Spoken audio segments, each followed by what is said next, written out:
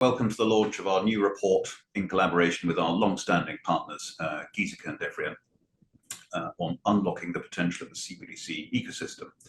I'm John Orchard, OMFIF CEO.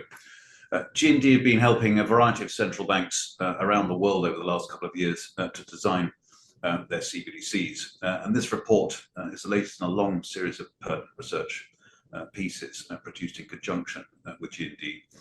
Including some illuminating work we did a couple of years ago on consumer attitudes towards the prospect of CBDCs in a range of countries, and also a study we did on the level of trust the public has in a variety of payment providers, including, of course, central banks. So do check those out on the OMFIF website. Today's report explores in the different roles and responsibilities played by a range of stakeholders in the CBDC ecosystem itself. Our economies, needless to say, are evolving at an unprecedented pace and delivering CBDCs that meet their needs at a time of rapid technological change is a strategic priority for monetary authorities around the world. It's a necessity. State-backed payment systems must, of course, be fast, cheap, secure, and above all, accessible. Beyond that, though, most central banks also want CBDCs to be a platform for innovation. Stakeholders throughout the economy, banks, payment service providers, technology providers, and merchants will need to be brought into the fold and appropriately incentivized to develop additional products and services on top of the CBDC platform to support these new areas of economic activity. And in fact, we've seen that already in a number of jurisdictions with promising results, I think. Bringing these stakeholders together isn't an easy task. Some, both at an individual level and business level, perceive the introduction of CBDCs as a threat. Central banks will need to involve these stakeholders in the conception and design processes to ensure their needs are met. And of course, many consultation groups are doing just that. And central banks will need to make extensive efforts to communicate how CBDCs can benefit all participants of the ecosystem. Via the new services that they'll be able to provide and monetize, and that will benefit the retail public. And indeed, that's already taking place as well. We're going to explore these topics and those processes and more in the report we're launching today. Before that, let me turn to Dr. Wolfram Seidemann, who's CEO of G&D Currency Technology, for his perspectives on all this and to set the scene on G&D's work in this space. Then after that, we'll hear from Katrina Liu, one of my colleagues and one of the report's authors, who will present his key findings. Wolfram, over to you. Thank you, John, for this kind introduction. Thank you, KTN, for hosting this event, and a warm welcome, ladies and gentlemen, also from my side. As you might know, G&D has been engaged in CBDC work now for many years. And we do this for a simple reason. We believe that public currency, which today is only available in the form of physical cash, must continue to play a key role in our digital world as well. A digital form of public money could reshape the payment landscape and bring real values to societies and businesses. The 21st century has witnessed a revolutionary shift in payment systems, driven by the persuasive influence of digitization and its convenience that it can offer. The rise of e-commerce, machine-to-machine communications, the advent of mobile wallets and cryptocurrencies, to just name a few examples, has accelerated a change in user behavior and created new business models. At the same time, more than 1/3 of the world's population today has no access yet to the internet or does not use it yet. But the ability to engage in digital transactions is increasingly becoming a prerequisite for participating in many aspects of society. Today, the majority of digital payments is driven by private market participants with private issued money.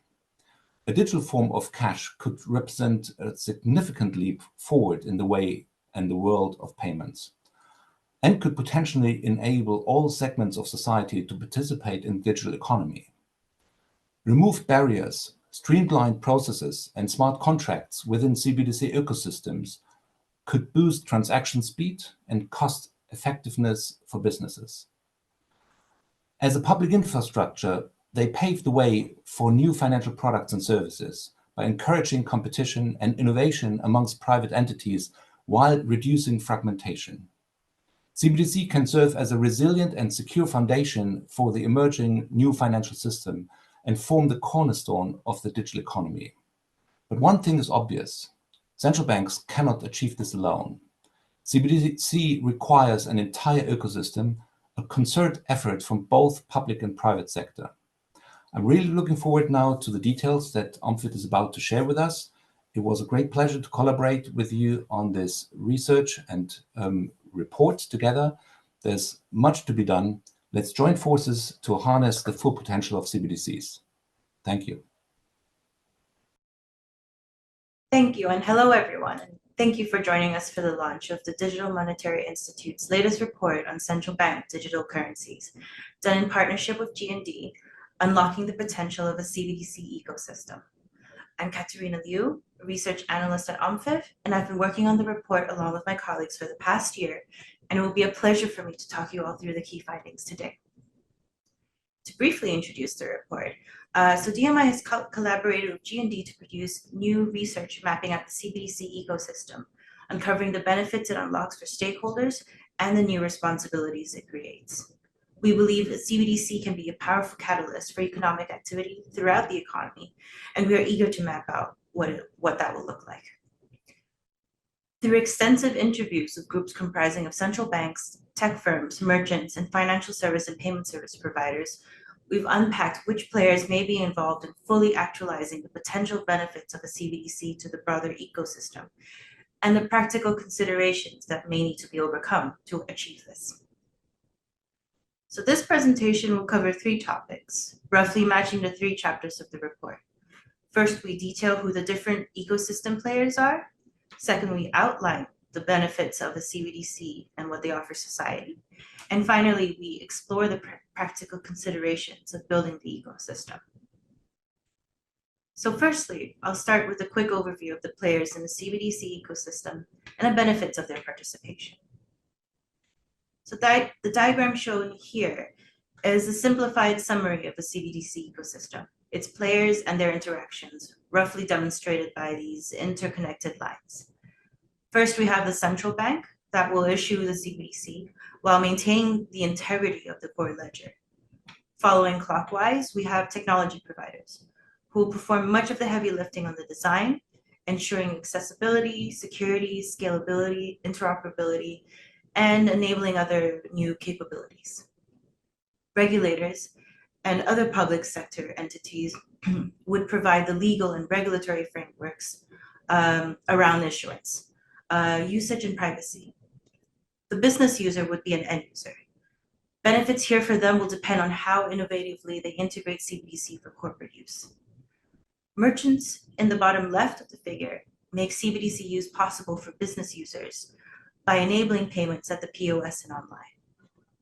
And finally, we have financial and payment service providers who will facilitate payments and conduct compliance. And here in this table, we have a brief overview of the benefits of a CBDC ecosystem for its players. For central banks, it's an opportunity to provide its monetary sovereignty, improve financial inclusion for its citizens, and foster further innovation. Both technology providers and financial service providers should treat CBDC as an invitation to create new products and services, and perhaps reshaping their business models. For regulators, a CBDC ecosystem could pave the way for emerging digital public infrastructures that might make public systems easier to use for end users. And finally, business users and merchants stand to benefit the most from a CBDC ecosystem, which should reduce costs of payments, improve efficiency and security, and introduce new features such as programmability. Altogether, these can open up new areas of economic activity, and once merchants and businesses fully integrate CBDCs into their operations, it can have a transformative effect on the economy. So now I'll delve deeper into the benefits, exploring what else the CBDC ecosystem can deliver to its players. Firstly, programmable payments, which I briefly mentioned from the table in the previous slide. Programmable payments represent an opportunity for innovation. seamlessly triggering payments based on certain conditions is an immensely powerful function. Not only could it reduce costs and errors, it could also make machine-to-machine micropayments economically viable, which integrates well with a whole range of potentially transformative business models, such as with smart energy grids, as an example, such as thus opening up a new area of economic activity. Similarly, digital assets and cross-border payments will become an increasingly important benefit. As the economy evolves to include more digital assets and cross-border trading continues to increase, CBDCs should be a vital part of allowing these industries to flourish by settling payments in central bank money. These features could also lead to enhanced security and access. With more simplified, streamlined, and in other words, efficient KYC processes, the CBDC can better protect privacy and lower barriers to access, which can, as a result, improve financial inclusion. However, to fully actualize these benefits, there are a few considerations which ecosystem players may have to keep in mind when designing their CBDCs. I will spend the next couple of minutes highlighting what these could be. So the key challenge lies in ensuring buy-in and adoption. This may be addressed by ensuring that all the stakeholders understand the benefits a CBDC may offer and are correctly incentivized to participate. For financial service and payment service providers and merchants, this means ensuring that they do not perceive CBDC as a threat to their business models. That requires continuous, ongoing collaboration to ensure that their design priorities are incorporated and incentives and goals are aligned.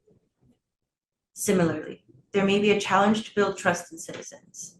Citizens have concerns about privacy and state overreach. CBDCs must therefore be designed to respect these with private sector assistance. So strategic communication plans, such as building awareness through large-scale pilot programs, must be implemented early in the process to build public trust. So that has been a very quick tour of how a CBDC will affect different parts of the ecosystem. A key motivation for central banks to work within an ecosystem is to foster innovation. A CBDC ecosystem can be a very powerful catalyst for innovation and economic activity where its effects could probably be felt throughout the economy. All players of the CBDC ecosystem stand to benefit from participation. However, this can only happen if it's implemented properly, and that requires collaboration across the ecosystem. So we hope to see more of that going forward. Ecosystem players should also ensure access to design and communications considerations to guarantee the success of the ecosystem and all the benefits that it will provide for its players. So thank you very much for listening. We will cover these discussions in much more detail in the report, which I encourage you to download from the link or the QR code shown here. And I'll now hand you off to my colleague Katie Ann on a discussion around these ideas.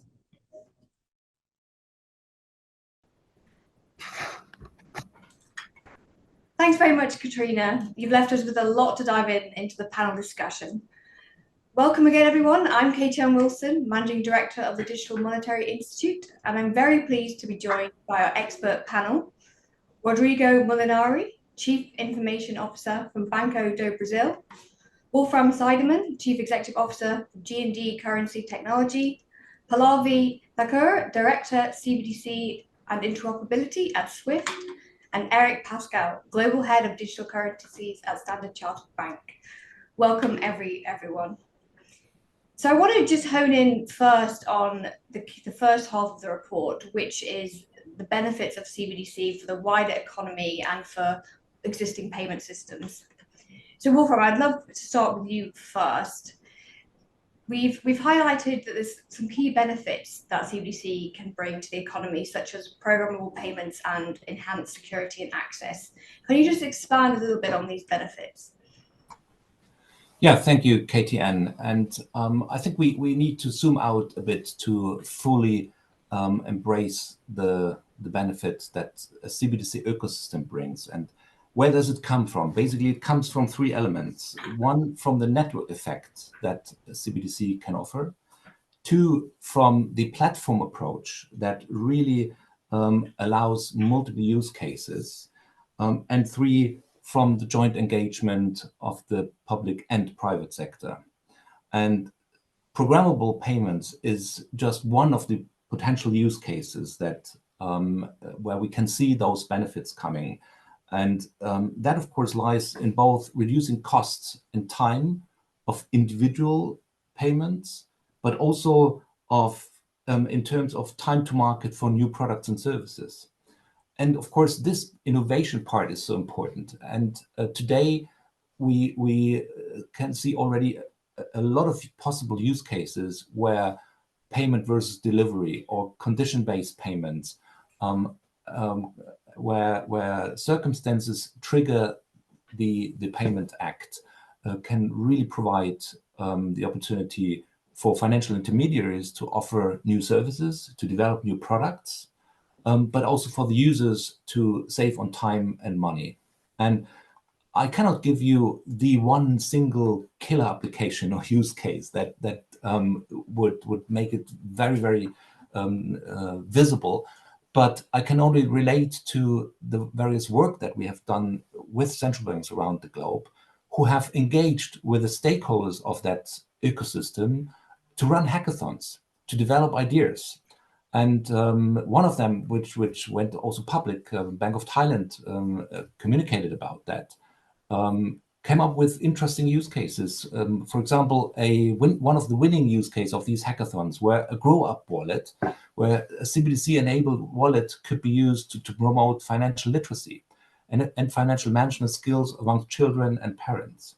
Or another idea was a green wallet idea that created an ecosystem for buyers and sellers to track their carbon footprint, so they could be motivated to choose products that can reduce greenhouse gas emissions. So there are a lot of possible innovative approaches and business models that can be facilitated by a platform that allows for programmability. And similarly, you ask for security and for access. These are two more important design criteria for such a CBDC ecosystem. Of course, it has to be secure, but it also has to be private. And these two elements are the key design elements, and why it's so important to have a joint discussion from the very beginning of the stakeholders within the ecosystem.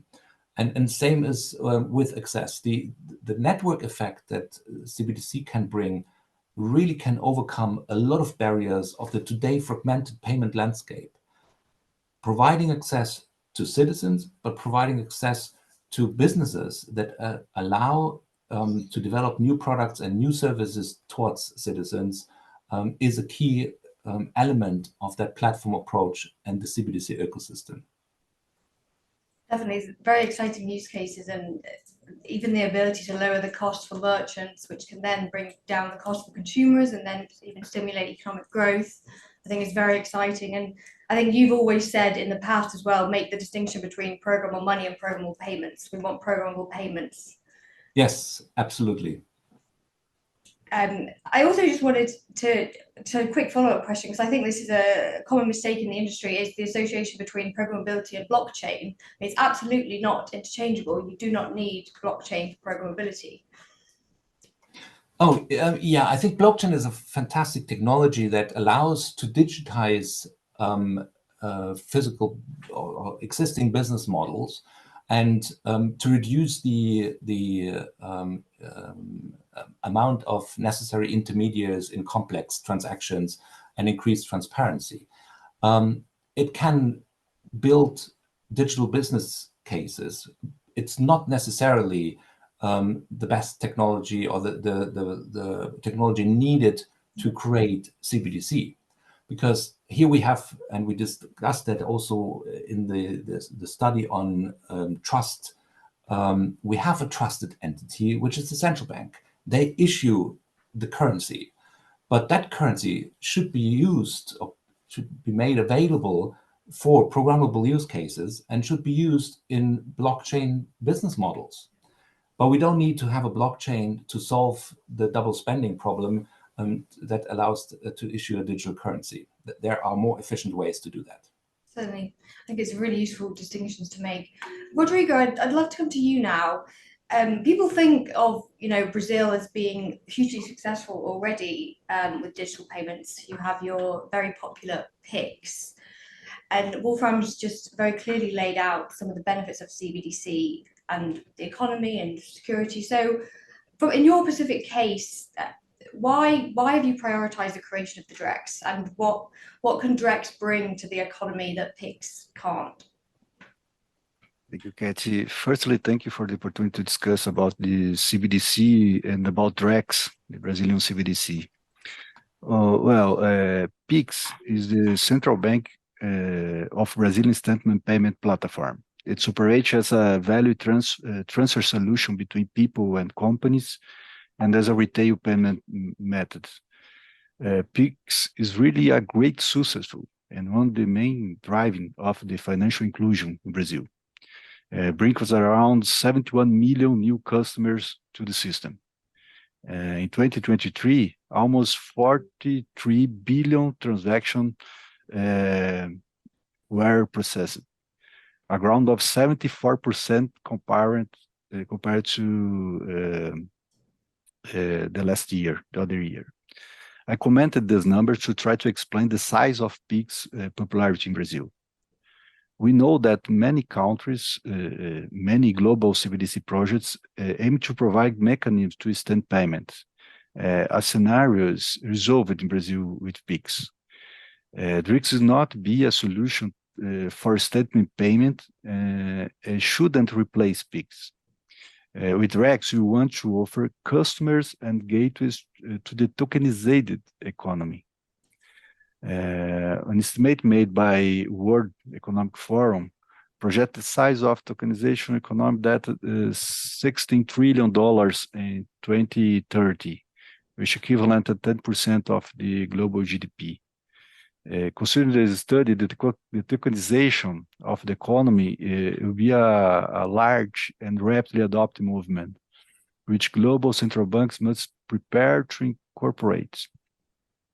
For the reason, we are developing DREX, the digital version of our currency, the real, yes? Well, the DREX will be operated on the platform supported by blockchain technology as well, where we be able to see the operation involving tokenization assets, in addition to be possibility to exploring the benefits of technology, such use of smart contracts to incorporate innovation, automate process, reduce the need to intermediates, and improve efficiency of financial operation. These benefits can lead to a reduction in cost and thus enable most customers to access financial service.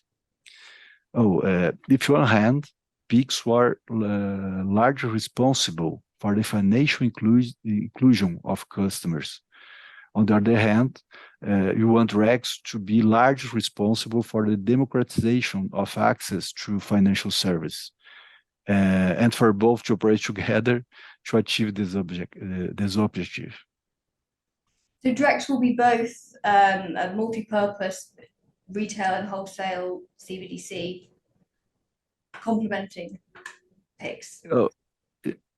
Yes, I believe that CBDC improving all the service about the financial system, but much more than offer new service.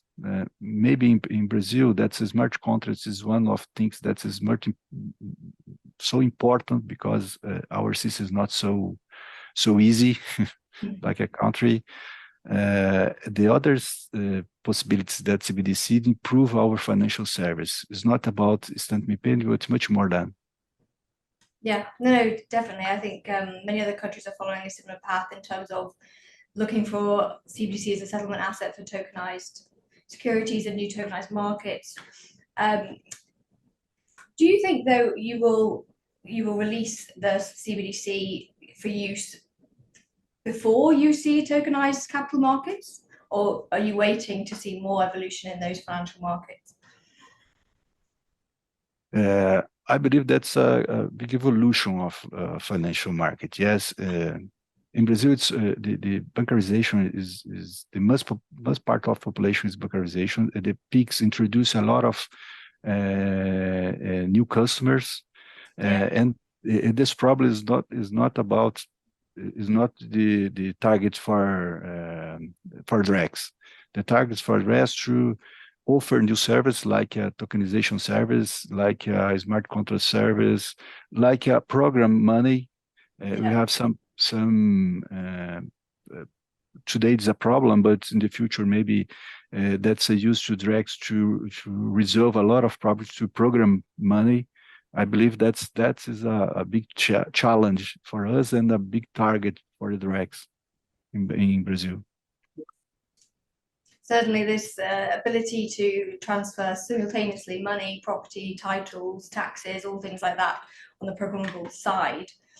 Now, let's jump to the cross-border payments world. We have two excellent experts on here. Pallavi, I know, has been working on some exciting work on SWIFT, on CBDCs and cross-border payments. Just yesterday as well, the UAE, I think, settled its first cross-border payment with China using CBDC.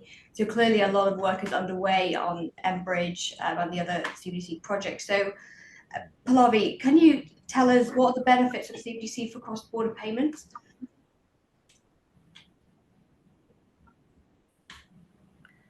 Right, thanks, Katie, for having me. I think that was an easy question, which was already probably answered by Wolfram and Roderick. What's the benefit? Yes, we are aiming for a less expensive, faster payment, something which is instant and atomic in everything that was mentioned on the call. But at the same time, keeping in mind that cross-border payment just doesn't require it to be instant and cheap and all. There's a lot of thing which goes in cross-border payment in terms of checking whether your end beneficiary is the right one, whether you're sending the payments for the right reason. There has to be sanctions and screenings and things like that. So from a SWIFT perspective, what we want to do is that, yes, we want to enable cross-border payments in CBDCs, or for that matter, any form of digital currency, and regulated digital currency is what I would say. But at the same time, keeping in mind that they need to be thoroughly checked, make sure that it's going to the right beneficiary, making sure that irrespective of the technological choices of the country on which CBDC is issued. I just heard Wolfram saying you don't need blockchain, and we had Roderick mentioning that there is a blockchain. So for us, it does not matter whether it's blockchain-based issuance or a non-blockchain-based issuance. We are here just to support CBDC payments from one country to another. Eric, from Standard Charter's point of view, where do you see, or in addition to what Pallavi just said, CBDC is providing new added value benefits? Have we missed anything else? And also, what can it not address? Because I'd like to also touch upon the FX conundrum and what we can't address so far with CBDC and cross-border payments, because I'm slightly skeptical that it can solve the enormous challenges that we've been working on for years and years, but confident that it can make small incremental changes.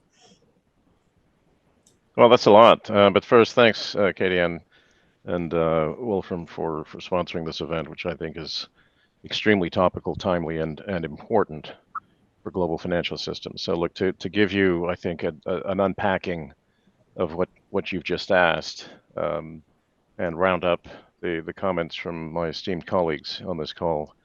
I think first the benefit cases that I'd like to expound on will reflect kind of our position and certainly selfishly from our view, or my view, within Standard Chartered Bank, is one of wholesale and one of effectively large-scale commercial MNC businesses who, by definition and by construction, require cross-border abilities and the ability to move money fairly quickly. Now, did you know that 30%, and we have research for this, not from the bank, but from independent sources, 30% of corporate cash around this planet sits idle at any point in time?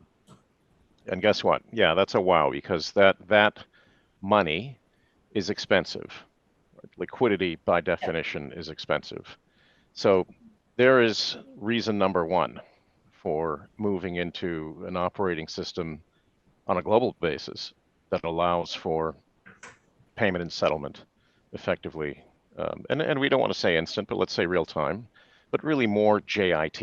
Yeah. So I think, again, there's research around the world that our customers in the corporate wholesale space don't really care about instant.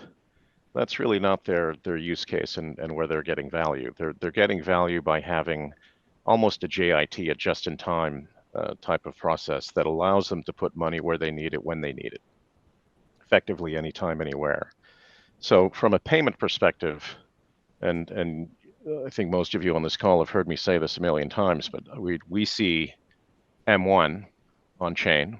So corporate bank customers, in my case, certainly claim on the bank, exist in a digital tokenized form that allows for that transfer effectively real time, anytime, anywhere. Now that's payments. The other end of that machinery, so to speak, is clearing.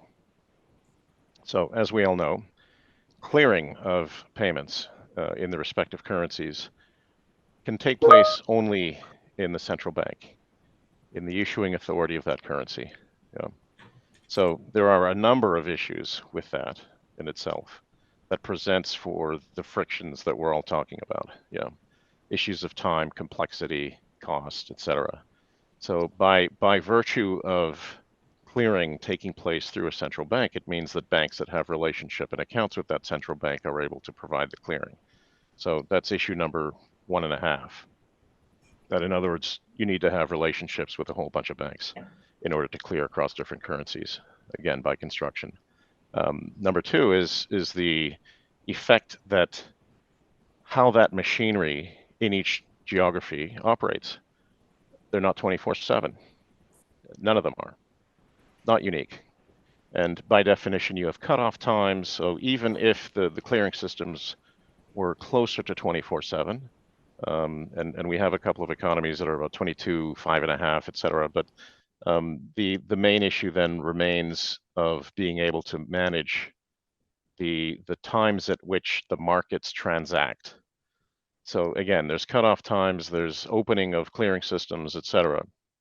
That creates significant constraint over the movement of money, and especially across border. Now, you brought up a really interesting point. So Pallavi and I just got off a call a couple of hours ago discussing work that SWIFT is doing and creating interoperability between CBDCs. Very important work because, frankly, that CBDCs can't operate in a vacuum. You know?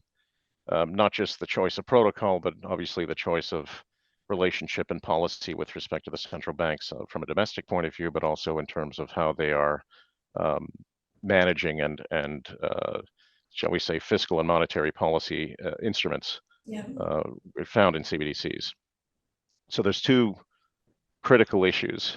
Number 1 is the availability of a connectivity, effectively, between CBDCs so that e-pound can be easily transferred to e-Thai baht or EUSD, et cetera, et cetera. Yeah.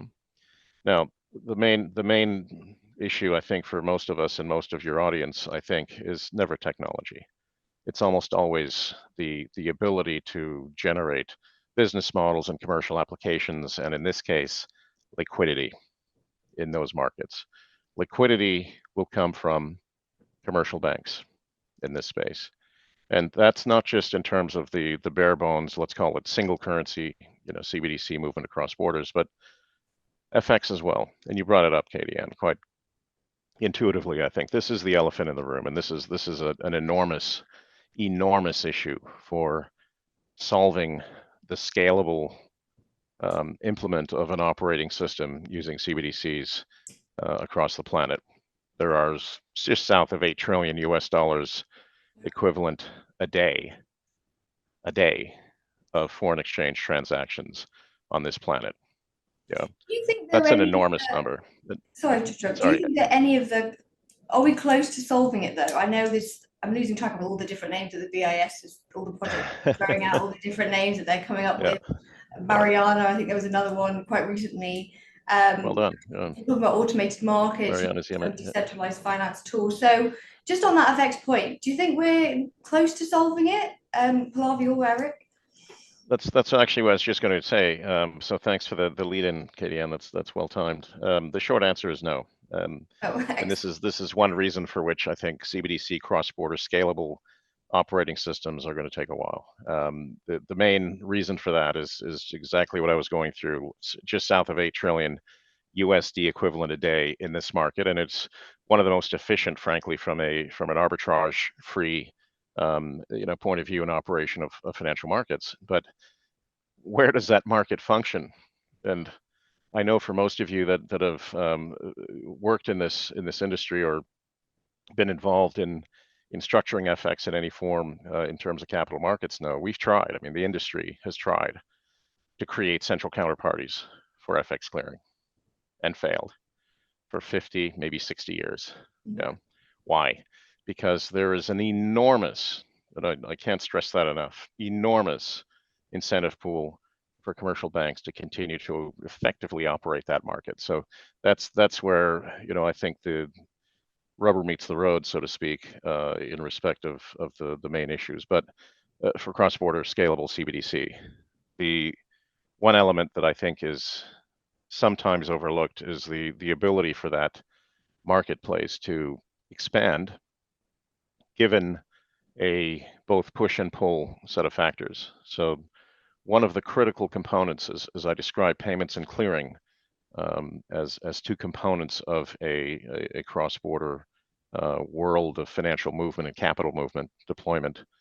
From a corporate point of view, we talked about the 30% of idle cash, which is very expensive from a financial institution, and let's call it institutional capital, asset managers, investment managers, SWFs, sovereign wealth funds, and what we call real money accounts in the institutional buy side part of the capital markets. They are extremely interested and invested, frankly, in access to an asset class that allows them to generate fungibility across those asset classes, and hence the ability to generate returns. And yes, I mean, Wolfram's absolutely right. We don't need blockchain for most of this, but we do need the ability to manage, clear, and move enormous sums of capital when we need it. We meaning the financial industry, right? And not when the central bank is open. If you see what I mean. So still significant obstacles, but I think the capital market use cases will create scale in due course. Hope that helps. Yes, and it sounds like it's not actually a technical issue. It's aligning business objectives, KPIs, things like that. And actually, yes, CBDC might be the calling card to get people governments to align, central banks to align better. So I want to go back a little bit and look now at the changing roles within the new ecosystem, both on a cross-border and retail level. Wolfram, you mentioned at the start, obviously, the key role that the central bank will play in managing the platform. The Bank of England as well, I think, released their consultation paper findings yesterday or today and discussed and had responses from the population that people were still concerned about privacy. The platform model solves it to an extent, as you highlighted, Wolfram. But I just want us to address, is that enough? If we've solved privacy by design, is that enough? Do we need to also say, not just we can't access your data, but we promise you won't access your data? Like, is there sort of a piece here which the state needs to lead beyond providing the platform, perhaps an education piece?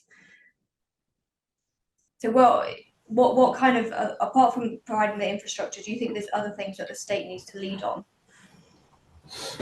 Yeah, well, this is the core of the debate that is currently going on, and thank you very much for addressing the topic. And I'm very pleased to be on a panel from various stakeholders, actually, of that ecosystem, because we need to bring our different perspectives into that debate. And my personal view is that the central bank, who's a state body, should engage only where markets is failing.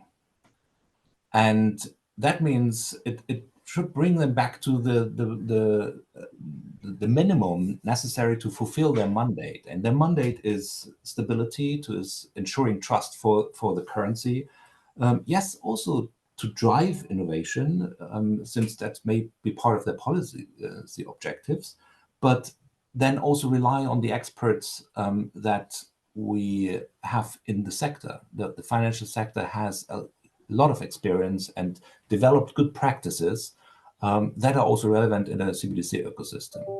So clearly, I believe the responsibility of the central bank is to provide the payment instrument, so to issue the digital currency, and allow everyone who wants to use it to ensure its authenticity, to make sure that you can verify the value that I just received is authentic and it's central bank money and I can have it risk-free.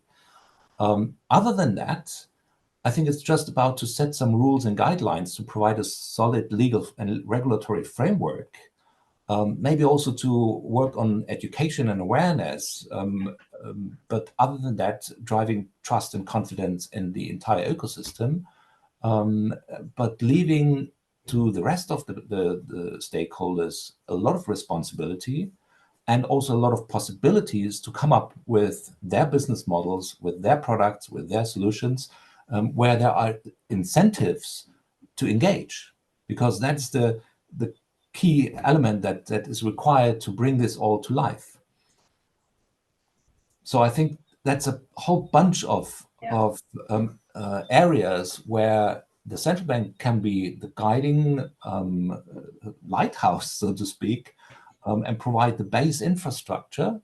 But already here we need to start sharing investments and leaving room for the private sector to come up with products and solutions and services. And to make that a little bit more tangible, just to give a simple idea, the instrument, the money itself, which is not programmable because we need to have trust in the currency, that mustn't be changed after it has been issued.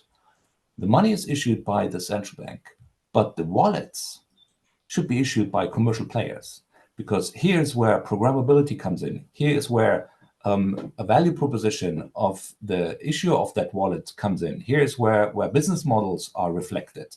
Here's where the financial service providers can agree with their consumers how much data is being shared, because that's part of a business model. That's not a question of the integrity of the payment instrument itself.